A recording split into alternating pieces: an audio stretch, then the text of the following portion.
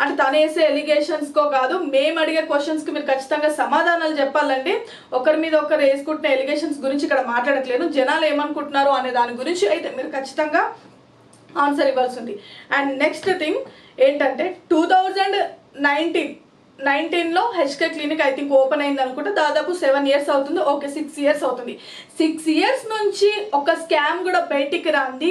అంటే ఇన్ని రోజులు ఏం చేశారు, ఇప్పుడు వచ్చేసి స్కామ్ అంటున్నారు. ఇన్ని రోజులు ఏం చేశారు? సరే ఇప్పుడు స్కామ్లు జరుగుతున్నాయి అనుకుంటే ఖచ్చితంగా మీరు బాధ్యతలను తీసుకొస్తేనే ట్రస్ట్ చేయండి. ఎందుకంటే కొన్ని చూసి మనం కొన్ని లాస్ అవుతాం, కొన్ని బెనిఫిట్ అవుతాం. కానీ ఎప్పుడు చూసినా ఒకరు చెప్పే వాటిని మనం నమ్మాల్సిన అవసరం లేదు. ఎందుకంటే మనం డైరెక్ట్గా ఎప్పుడు హెచ్కే క్లినిక్కి వెళ్ళలేదు, మనకి తెలీదు కాబట్టి సో వెంటనే మనం ఒక అభిప్రాయానికి రావడం కూడా కరెక్ట్ కాదు అని చెప్పేసి నేనంట.